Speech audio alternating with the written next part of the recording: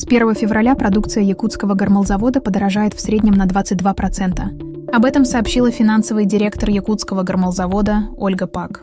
Она также отметила, что подорожают все позиции – от молока до творога и сыра.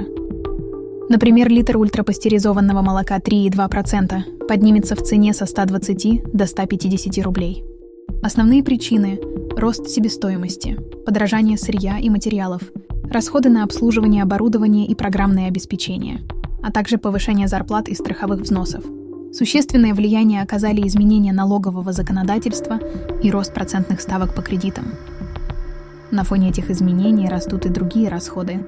Напоминаем, что с конца 2024 года увеличены тарифы на ЖКХ, а многие жители уже жалуются на снижение доступности товаров первой необходимости. Но основная причина повышения цен – это многомиллиардные затраты на военные действия. Именно они становятся тяжелым грузом для экономики и в конечном счете ложатся на плечи простых граждан.